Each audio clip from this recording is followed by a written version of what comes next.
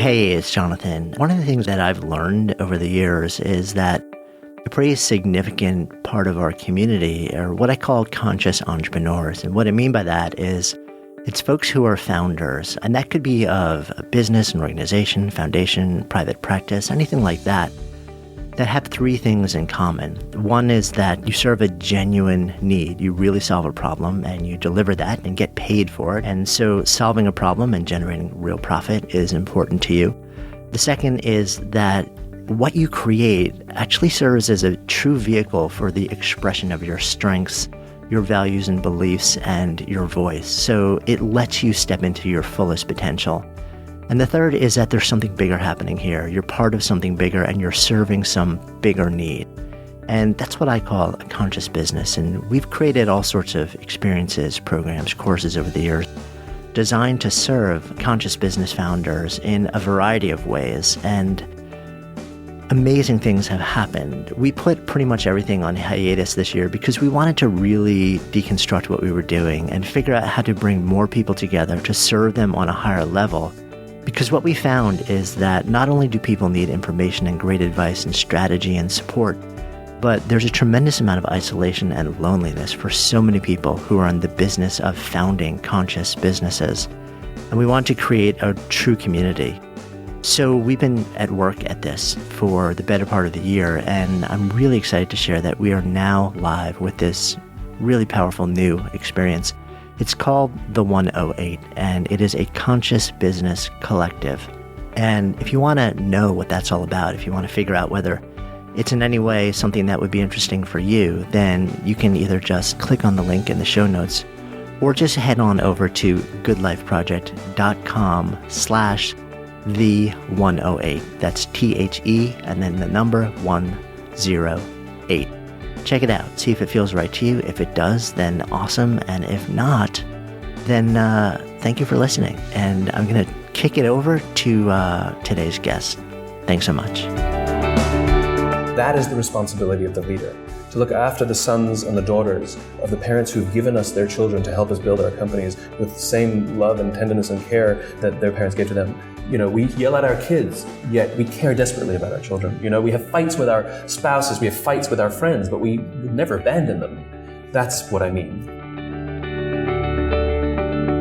Hey there, it's Jonathan, and my guest today is Simon Sinek. Now, today's episode was actually filmed a little while back and aired when we were creating and producing our broadcast series with Simon.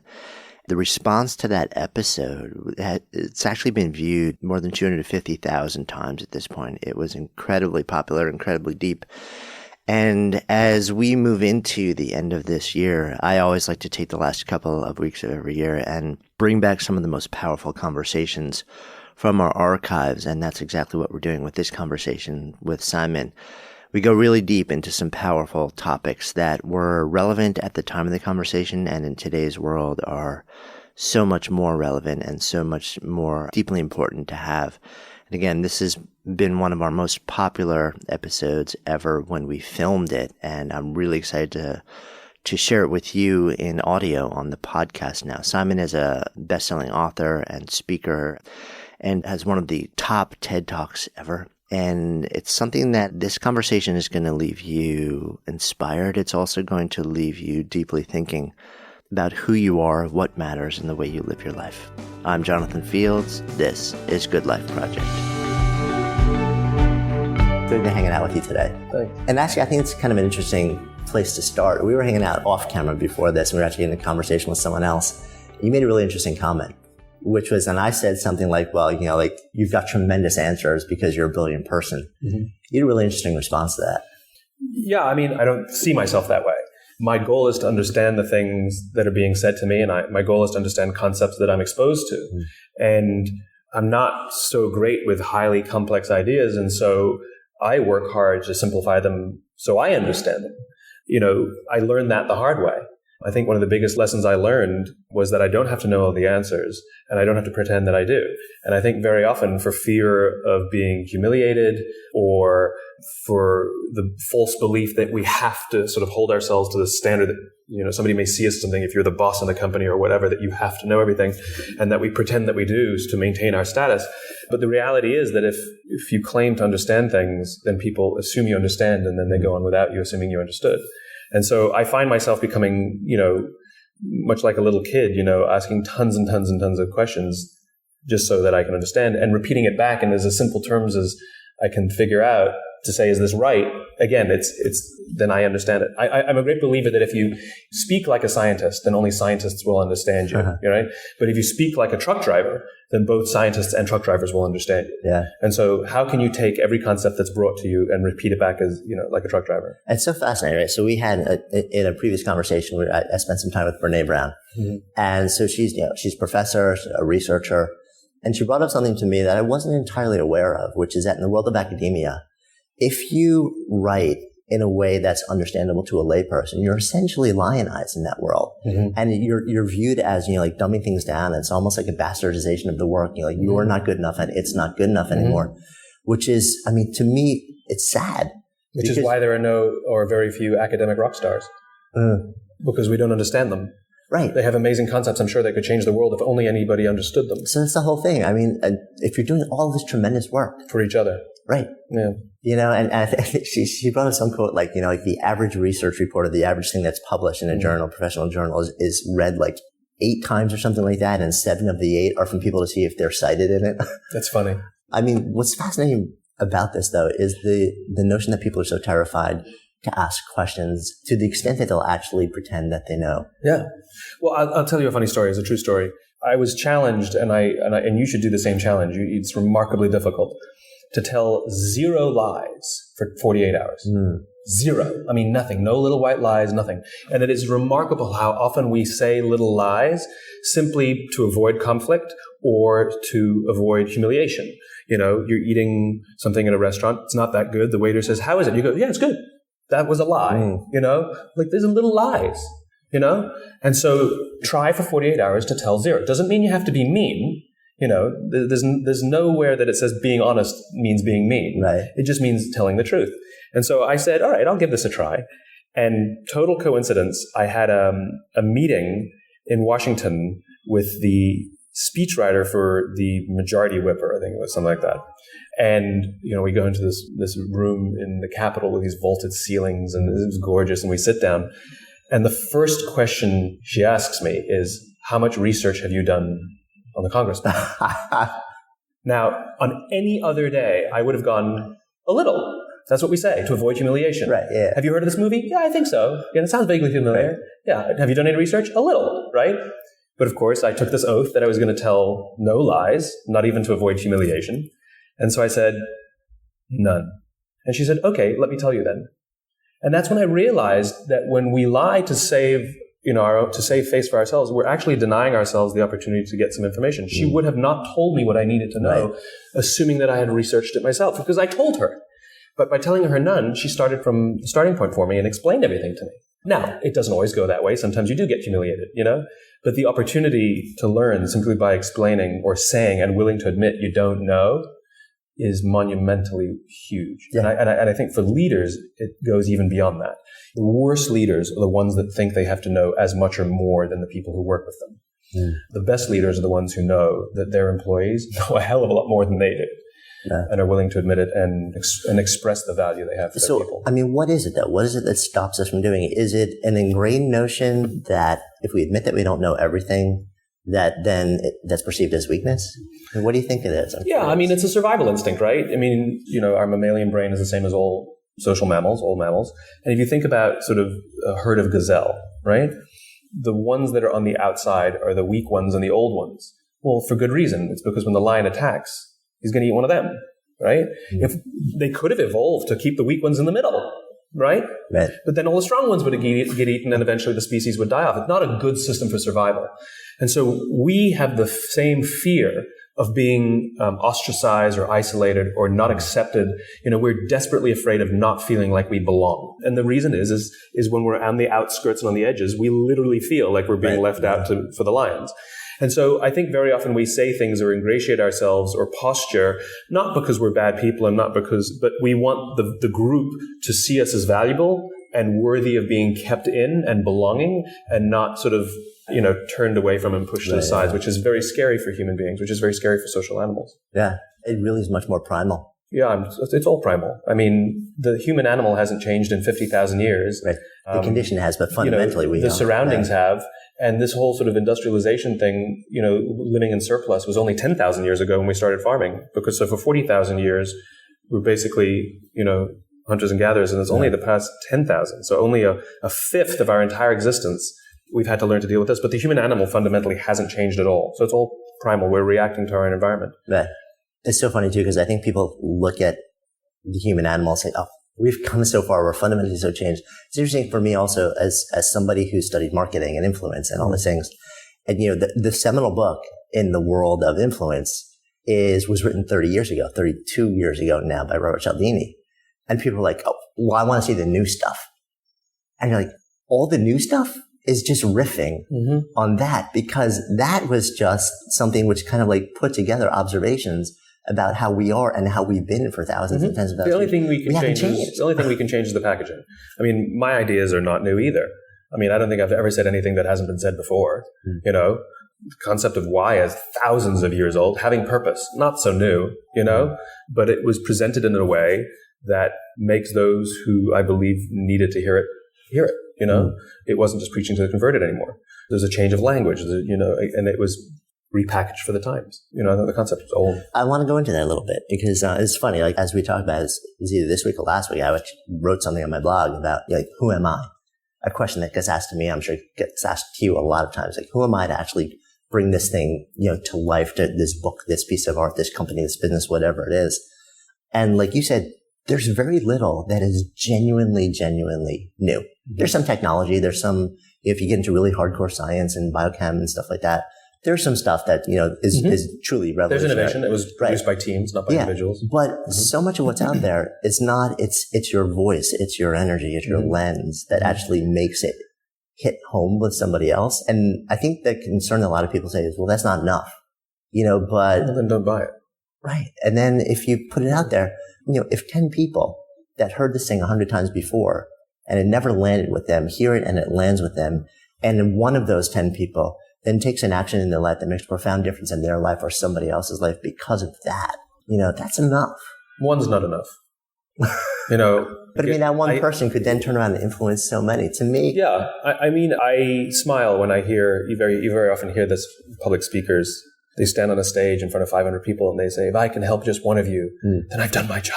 I'm like, one? That's your standard? You go to 500 and one? Right, so 1 out of 500 isn't you left your family for a night, you're going to have jet lag for one? No, it's like, and that the reason I think that's a low standard is because that means the way you're communicating it is in a manner in which only 1 out of 500 understood it. And even if you get 10%, law of averages says 10% will simply get what you're trying to say. I think the opportunity is to communicate in a manner where a lot more than 10%, a lot more than sort of the standard deviations that you'll get people to go, the opportunity to get somebody to come up to you afterwards and say, I'm cynical with people like you and don't really like things that people like you say, and you converted me. Like, that's the opportunity. That one in the audience was already with you anyway before you started speaking. So I think, again, the burden goes on to the speaker to communicate in a manner that is resonant and relevant with the audience. I can't stand it when speakers ask the audience to please turn off their cell phones and close their laptops. I'm like, if you can't hold their attention, let them do something else. Let them play backgammon, The standard, the burden is on the presenter of the ideas to present their ideas in a manner in which people can understand and find interesting and compelling and resonant. And if that happens, hopefully they'll build upon those ideas and make them even better. Yeah, I love that and completely agree. So let's dive deeper into that, though. You're somebody who spends a huge amount of time traveling and speaking to groups large and small. So this is something that you have such intimate and deep knowledge of. So in your experience, what do you have to do to go to that place where many light bulbs in a room light up? Sure. I think there's a mentality that you have to bring to the presenting of ideas or the presenting of anything, product, it doesn't matter, is fundamentally to have an attitude of giving. Every time I mean, when I present, I cheat. I only talk about things I care about. People say, how do you speak for an hour and a half without notes?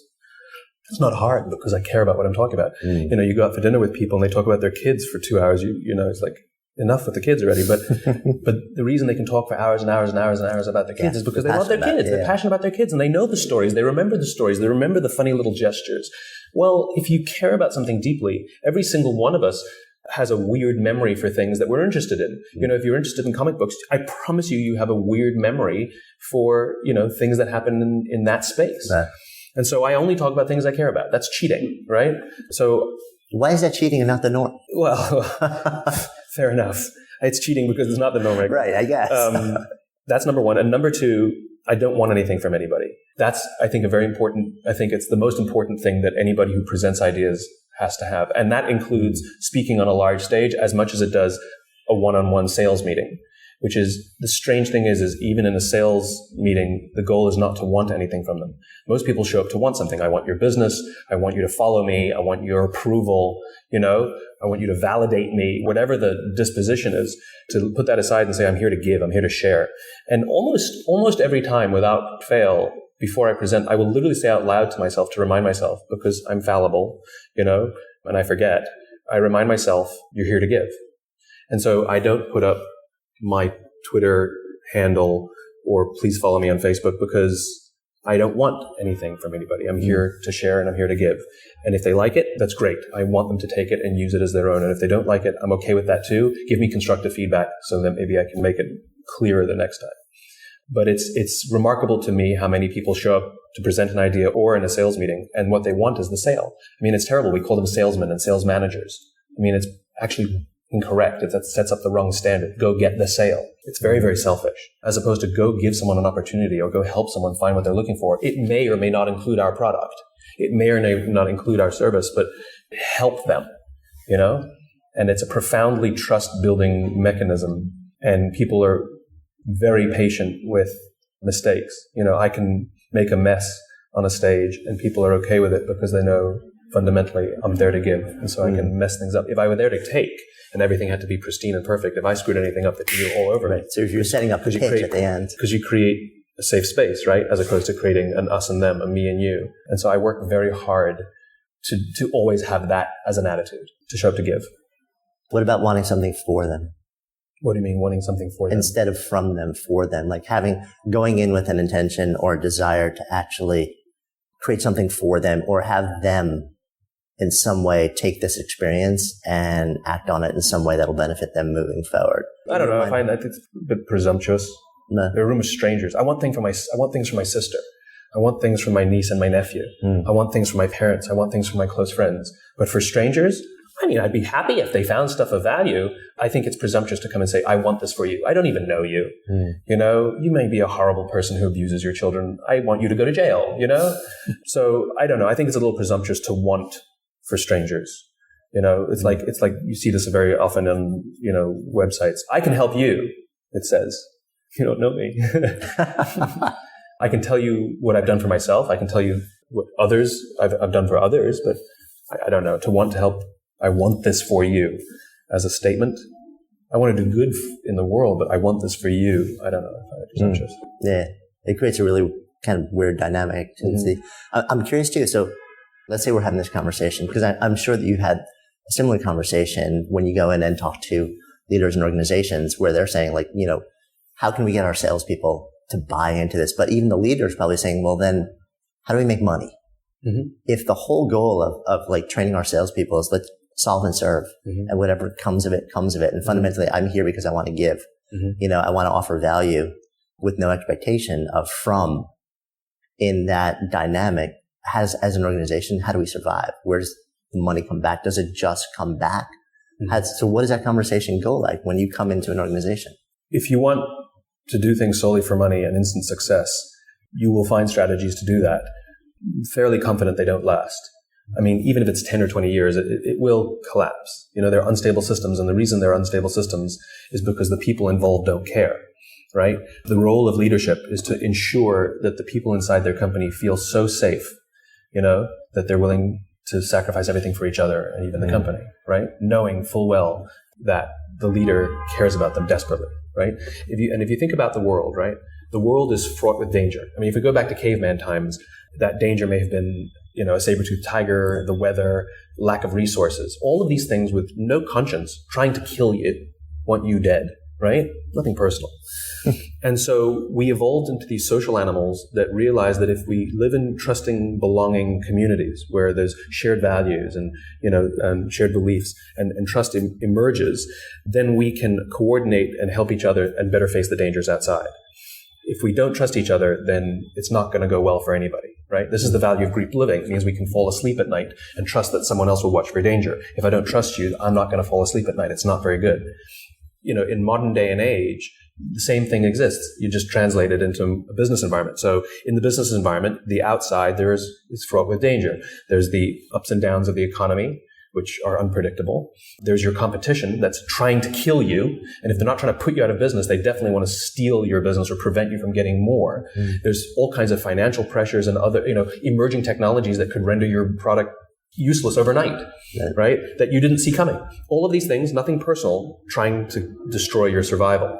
And so the only that's a constant, unchangeable. The only variable is the culture inside the organization. It's the group of people. And so if a leader offers to protect, if a leader offers a sense of belonging, if a leader offers to manage the set of values and ensure that we only let people in who believe what we believe, and never, ever, ever, ever sacrifice the people to save the numbers, but rather sacrifice the numbers to save the people. What starts to happen is people learn to trust, they learn to love each other and care about each other, would sacrifice themselves for each other and the organization, and more importantly, are better equipped to face the dangers outside. And it's in these conditions that innovation happens. There's no one on the planet that would offer a big, risky idea with a huge chance of failure if the opportunity for getting laid off is what greets them if the money isn't there, And what you find is the leaders of organizations that run like this have a very different view of money. In bad, unhealthy cultures, money is the goal. Money is just a number. It's a result. The great organizations and the great leaders see money as a tool to further fuel whatever it is they're building. And so, of course, they want financial success because the more money they have, the more they can protect their people, the more that they can ensure that there will be no layoffs in hard times because we've got lots of money, the more that we can invest in R&D and try and take these amazing ideas that you have and invent the future. They see money as fuel, not as a destination. And so there's nothing wrong with making lots of money. The question is, what is it to you? Is it the place to get to? Is it the thing that puts the fuel in the organization? But at the end of the day, it's how safe people feel when they go to work, and most don't. This is what work-life imbalance is. It has nothing to do with the number of hours we work. It has nothing to do with how much yoga we do. The work-life imbalance is, and they know this, by the way, people who work late, it has no negative impact on their kids, for example, but what does have a negative impact on children is people who come home and don't love their jobs, come home angry or upset or afraid, right? That has a negative impact on the raising of your children. The work-life imbalance is that I feel safe at home, but I don't feel safe at work. Imbalance. And we won't have balance in our lives until we can feel safe in the place we live and feel safe in the place we work. That's the responsibility of leadership. Yeah, it's so powerful, but it's so, like you said, so rarely offered in There's that way. There's a lot of bad leaders. Yeah. And there's leaders that are very, very bad that we, for some reason, have, put them on pedestals in our society and called them good. Jack Welch is somebody we admire as a good leader. He's a man who's written 5 leadership books, who's put his own face on all of them. Yet he talks about the people. He's a man who talks about the people, and yet he pioneered business philosophies that you lay off, you fire the bottom 10 or 20% of your company whose work doesn't directly contribute to the stock value that year. These are not fundamentally good ideas. And these are not fundamentally good ideas that build companies to last. GE was built to make a lot of money in the time of great prosperity, but then they needed a bailout during the economic crisis. Strong companies, the people would have rallied to save the company. They wouldn't have to go and ask for a bailout. It wasn't Jeff Immelt. It was the weak foundation that Jack Welch built. And yet we hail him as a great leader. I don't see it. Great leaders are guys like Jim Senegal from Costco. There's a great leader. There's a guy who's criticized constantly by Wall Street for giving his employees too much and refusing to cut their salaries. And on average, a Costco employee made more than double the salary of a Walmart employee. You have these fast food workers, who are asking for double their salaries. They're asking to be the equivalent of what a Costco minimum wage, employee would have made.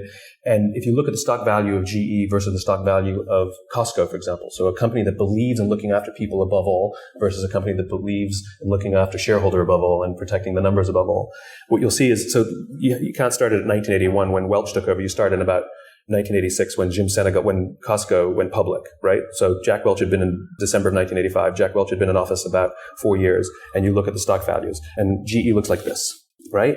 And yeah, you could have made 4,000% of your money. You could have, but it's literally a roller coaster. It's like this, right? And this is what Costco looks like.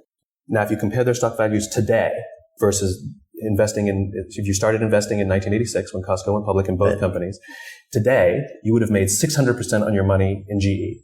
You would have made 600% on your money if you invested in the S&P, and you would have made 1,200% on your money in Costco. So you tell me which is better shareholder value, looking after your people or not.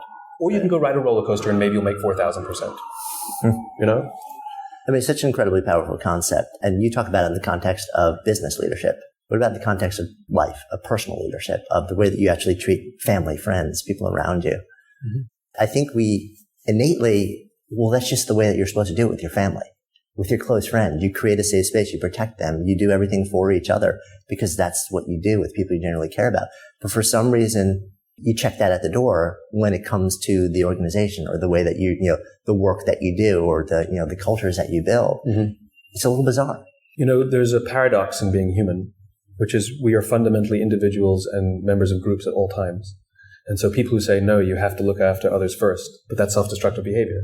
Mm. And people say, no, you have to look after yourself first, but that's self-destructive behavior. It's a paradox. This is why sometimes we have moral conflict. Yeah. Do I protect myself first or do I protect others? You have to do both. This is the problem. But at the end of the day, the responsibility we have is to the people we know, and so though it is the responsibility of leadership to create an environment in which trust is more likely to blossom, if we work in organizations in which trust is a rare commodity, where we constantly fear layoffs or that if we fail, we'll get in trouble or, things like that. We can't change the direction of that company and we're not in charge, but we do have total control over how we treat the people who sit to the left of us and sit to the right of us. The movie 300, the Spartans, right? Mm-hmm. So in Sparta, it was the shield that was more valuable than the spear. Now, this was the most fierce fighting force that had ever lived, at least up until that time. And yet it was not their spears that made them strong. It was their shield. And mothers would tell their children when they were young, you better bring your shield home. And if you don't, you better come home on it. Because if you lost your shield, the phalanx was weakened because you could no longer protect the person to the left of you and the person to the right of you. And everyone had the responsibility to protect the person to the left and to the right. We have the same responsibility. This is what makes us strong, not our intelligence, not the spears, not all of that, but our willingness to put ourselves in harm's way for the guy to the left and the guy to the right. And so when you come to work, it's the person who sits next to you. When you get a cup of coffee, get one for them as well. If they're struggling with something, don't say, do you need my help? Just go help them. It's little things. And if we preoccupy ourselves and obsess about ensuring that the people with whom we work, the ones we know their names, not the people we don't know in the company, the ones we work with, whether we work in the same department or not, but we know them, we see them, we know their names, right? If we obsess about ensuring that they feel safe at work, that they love coming to work, that they feel that someone is watching their backs, the remarkable thing is they will do it for you. Because that's what human beings do. When someone does something nice for us, we do something nice back. It's what we do. It's oxytocin. When somebody does something nice for us, the chemical is released that actually makes us more generous. I went to buy a cookie late night at Insomnia Cookie, and I'd never been there before, and I thought, I'll give it a try. And I went in there, and I said, I'd like one cookie, please, and just wanted to try it. Now, I don't think people usually buy one. I think they usually buy like a dozen or something. And she looks at me and goes, one? I said, just one. She says, one. I said, one cookie, please. So she hands me one cookie, and I said, how much do I owe you? She says, don't worry, it's on me. I said, no, come on. She goes, it's on me. And I put a $5 tip in the jar. I paid $5 for a cookie that cost $2.50. And by the way, I think I got great value, right? And that's what we do. That's what we do. When someone is nice to us, we sort of can't help ourselves. We want to be nice back. Yeah. But when somebody says, you only gave me $2.25, the cookie's $2.30, or that penny. We've all had the experience where we're 1 penny short. Right. And you have to break a dollar bill for the extra penny, and they look at you and go, right. Rules are rules. Right? Now, what that tells me is not about the person. That doesn't tell me anything about the disposition of that human being. What that tells me is they work in an environment it's the culture. That if they make mistakes, they get in trouble, as opposed to feeling safe and protected, which would make them want to make the customer feel safe and protected. Right. That's how it works. It's all very Paleolithic. Yeah. And we've just moved so far away from that. But I mean, other than, you mentioned Costco, which is a huge company, which is a phenomenal example of this. Could you think of like 5 major organizations that sort of like work with this around this ideal? The number is few. I think that's why we feel a sense of imbalance. A lot of us are looking for work-life balance is because the number is few. Yeah. There are some private companies that are pretty amazing at it because you don't have to have the courage to stand up to. Think about this concept of shareholder value, right? Well, that's what I was saying. It's public company, like your main charge is maximize shareholder value. Yeah, but that's incorrect, right? Shareholder value. We just gave a real example of Costco versus General Electric, right? And you got better value over time with Costco, right? I mean, that's like saying I treat my kids based on what my neighbor said. You know, like that's what you're saying is like I will treat my employees based on what someone who doesn't really, like some analyst who's a fair weather fan and doesn't really care about me at all. What he says is how I will determine how I treat the people who've given me and sacrificed their lives for me. That's the standard. It's backwards. In the military, they give medals to people who are willing to sacrifice themselves so that others may gain.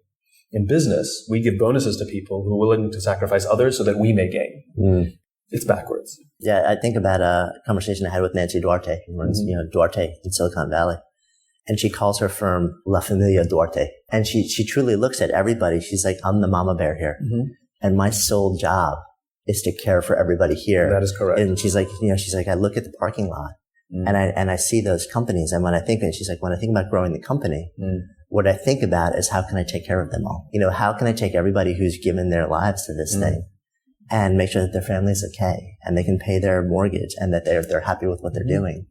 And what's interesting is when I had this conversation with Nancy, she was at a point where, the firm's a phenomenal firm, the top presentation design firm in the world, storytelling, and they were moving into a window of time where there were around 100 employees. And I said to her, are you concerned at all about the whole sort of Dunbar's number as you're approaching 150? Because they're growing, they're going to hit it soon. And what that may do to the culture as you hit that point where it becomes harder and harder to keep those close ties. Yeah, Dunbar's number is real. Yeah. And the reason, again, is Paleolithic. We used to live in societies of between 100 and 150. And so we've evolved to manage in societies of about 100, 150. Scale is a problem for us. There's a large tech company in San Francisco that has grown very fast and done very well. Very big. I promise you know them. Their office was open plan when they were growing, and it was remarkable because there's a wonderful exchange of communication. And as they grew very big, they thought it was the open plan that allowed for the spread of communication. So they kept this wonderful open plan. But then what they would concede in private is that communication went down. And it's because when you don't know everybody, you don't go ask for help, and you don't ask someone to turn their radio down, and you don't admit you need something because you no longer have that familial sort of experience.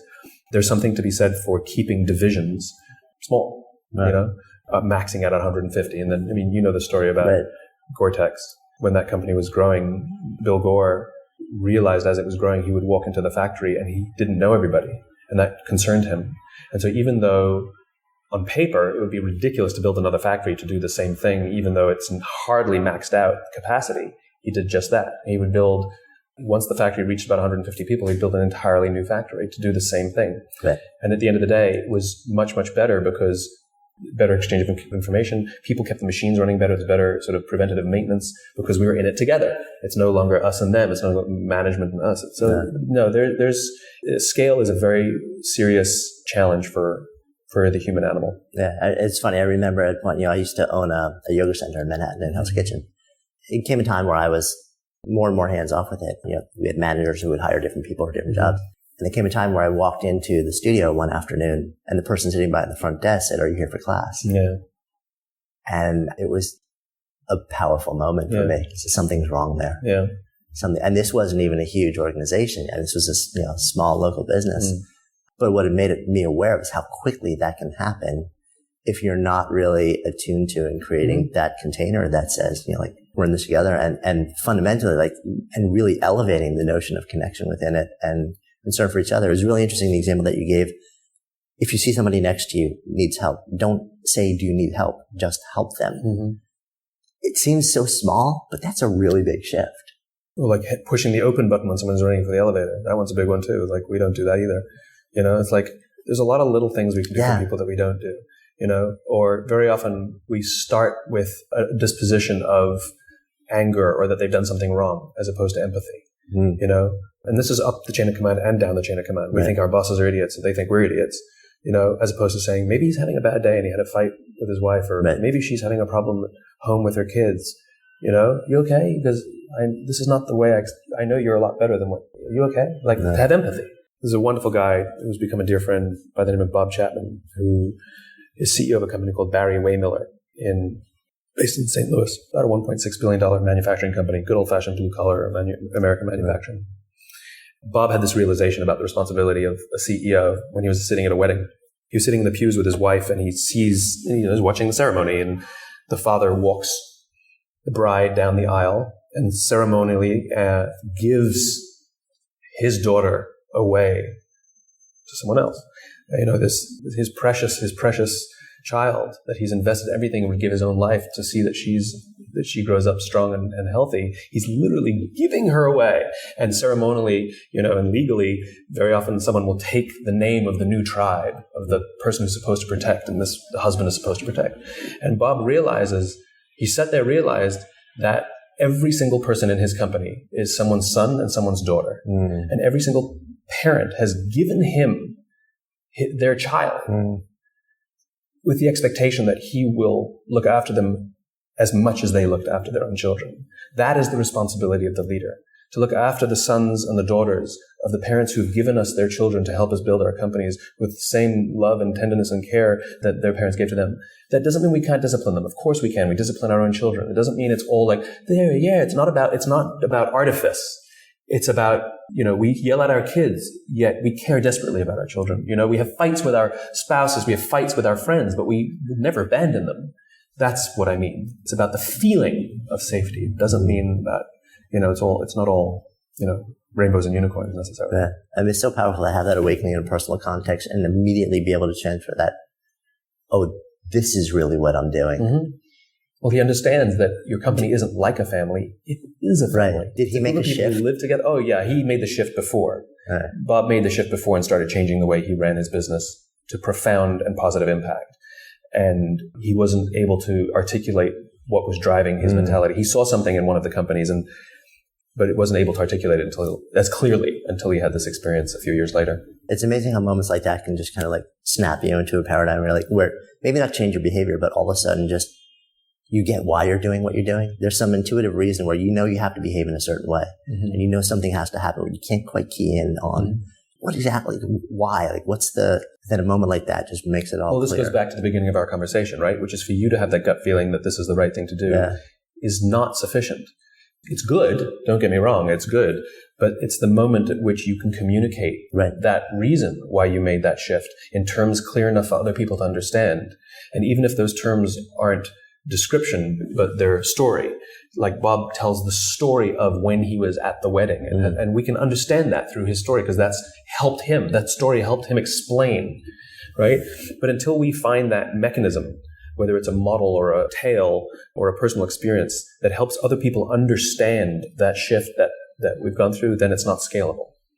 It's only scalable when we can share that. Because when I tell that story, you know, a lot of people go, wow, yeah. You know, as opposed to me just saying, it's really important for leaders to care about their employees. Employees are the backbone of your business. Like, who cares? You know? Right. So, which kind of circles us to an interesting thing. When you speak, and I've seen you speak in a number of different places, you essentially storytell. You know, and you have powerful concepts, very often simple concepts, but powerful. And you tell them through, what was the talk that you gave? I think it was a TEDx talk where you came on, you said you had planned on giving a completely different talk, but you had just come off, I think it was a military transport. Oh, it wasn't TEDx. Yeah, no, it was Alchemy in 2011 was the name of the event. And so powerful. Yeah.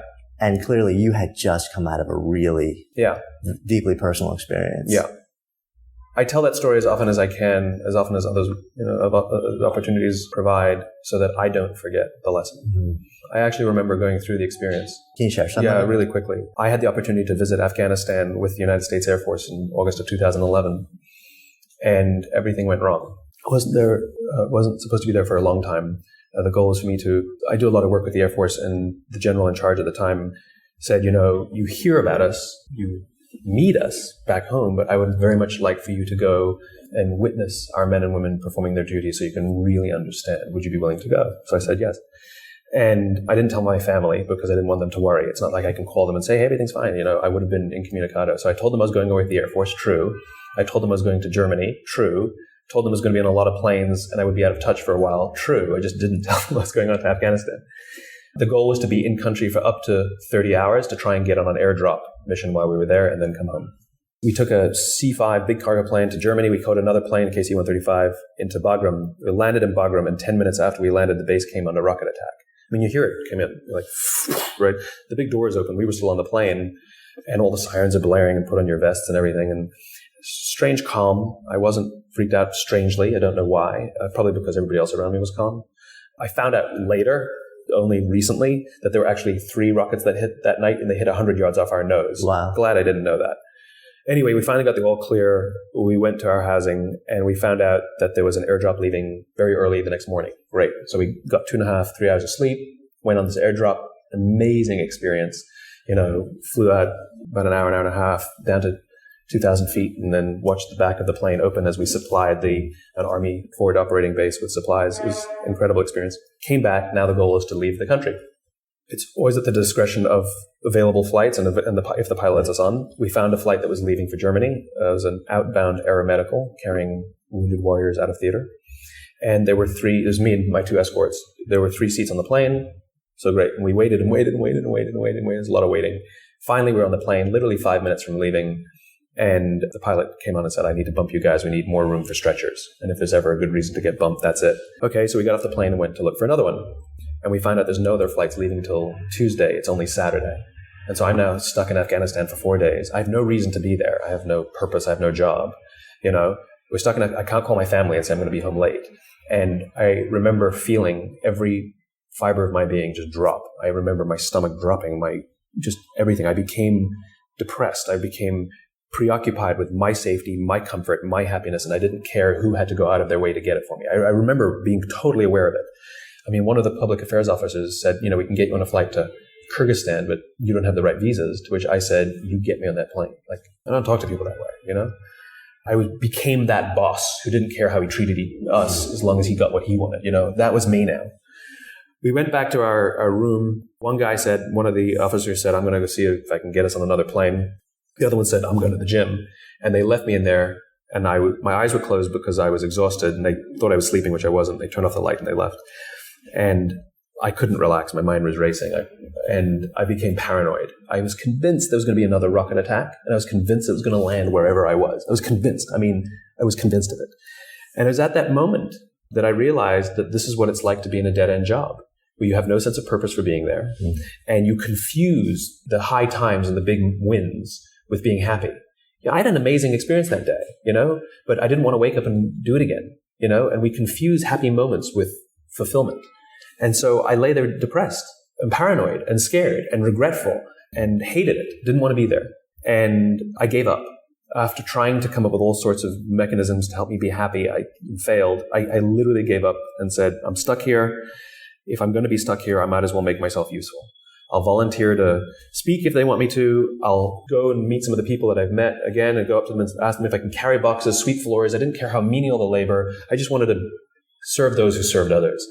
Instantly, I became calm and relaxed, even excited to be there and be a part of it. Like this amazing calm with this realization. As if it were like a movie, just had this realization. The door flies open.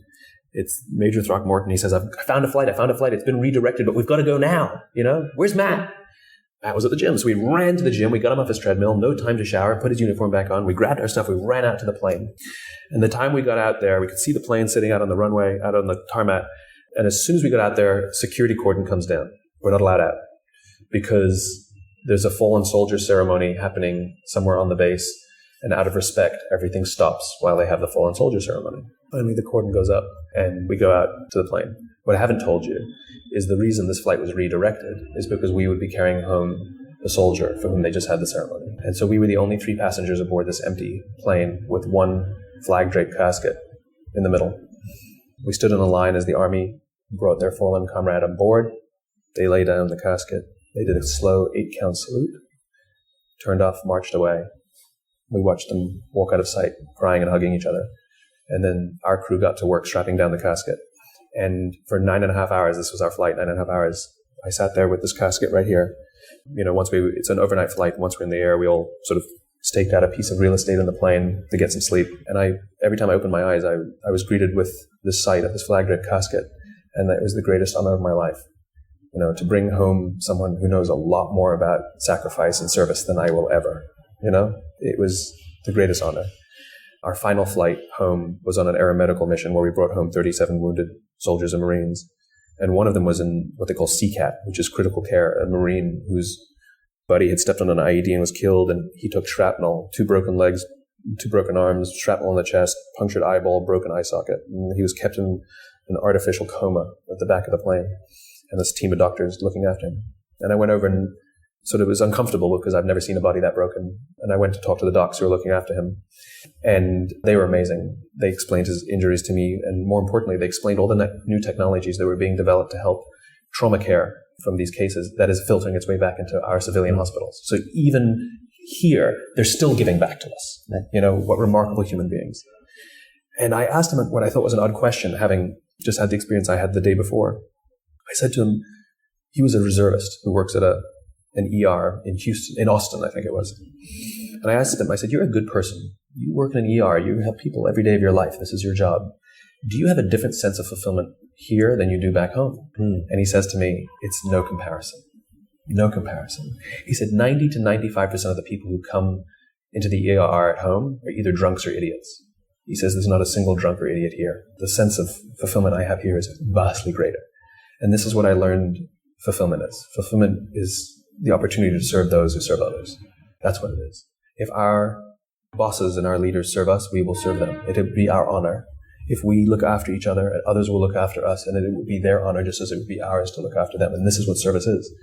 This is what fulfillment is. And this is a very, very human experience. And everything that I've learned, everything in the human body is trying to get us to do things for each other. That's why it feels good to do things for each other. Because the human body is trying to positively incentivize us to repeat that behavior.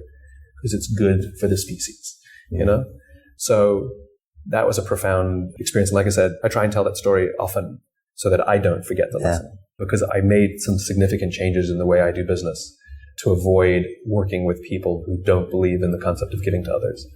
Because I found myself getting short-tempered and angry when I got home and didn't want to do my own job. I became incredibly impatient and short-tempered doing what I was doing normally, like traveling and speaking and things. And I realized I started to notice that if I visited a base, for example, I had endless amounts of energy and never got upset if anything went wrong. I could work from 7 a.m. to 10 p.m. without missing a beat. And the reason is because when I got to serve those who serve others, I had endless energy and was happy to do it. And when I served those who only wanted my stuff to selfishly gain and take from others, my body couldn't take it anymore. And so we've figured, it's not perfect, but we're pretty good now, figured out systems to try and avoid those. People criticize me and say I should be speaking to those who need to hear it. And they'd be right if only they would be willing to act. It's not that I will only speak to the converted. I'll speak to people whose organizations are broken and who aren't doing the right thing and who do treat their people badly if the leadership genuinely wants to do the right thing. And they don't know the solution necessarily, but they believe that the right thing to do is look after their people. I'm there. It's the ones who don't care about that and would easily sacrifice their people to preserve the numbers as opposed to preserving the numbers, as opposed to preserving the people to sacrifice the numbers. I'm a happier person for it. And I think my work is probably better for it too. Yeah, I have no doubt. Which actually is sort of a powerful way to come full circle here. The name of this project is Good Life Project. And it's really an exploration of what does it mean, on an individual level, because it's so personal, to live well in the world, to live a good life. I'm curious how you would reflect on that. Yeah, I don't think it's individual. We are all the same biology. It's already been predetermined, that a good life, like waking up, inspired, coming home fulfilled and feeling safe in the middle at work is all biological. And looking after each other, just like the great fulfillment that a parent has when they see their child accomplish something, how amazing is that? To know that your sacrifice was worth it, to know that all that giving and all that hard work and all that, it was all worth it. It was all worth it for this one day, so your kid graduates, so you could get a job, so you could ride a bicycle, so you could get the driver's license, whatever it is, it doesn't matter, so you could get married. It was all worth it. That's what it is for all of us. It's just an amazingly positive thing to see somebody achieve something because we got the opportunity to help them. And they only did it, or they did it in large part, and they'll tell us. They'll stand up and say, I accept this award because of my coach, because of my boss. I couldn't have done it without them. And we share that love and joy. Thank you. Yeah, no, it's not individual. The opportunity for fulfillment is singular, and it's the opportunity to find ways to give to others. Those in our tribe, those in our companies, those in our families. Beautiful. Thank you so much. My pleasure. So enjoyed the conversation. Likewise.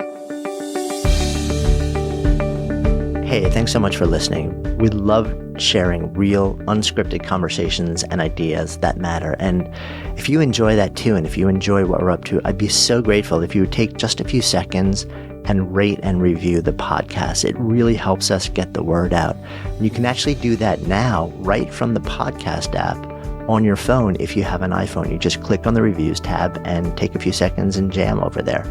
And if you haven't yet subscribed while you're there, then make sure you hit the subscribe button while you're at it, and then you'll be sure to never miss out on any of our incredible guests or conversations or riffs. And for those of you, our awesome community who are on other platforms, any love that you might be able to offer sharing our message would just be so appreciated. Until next time, this is Jonathan Fields signing off for Good Life Project.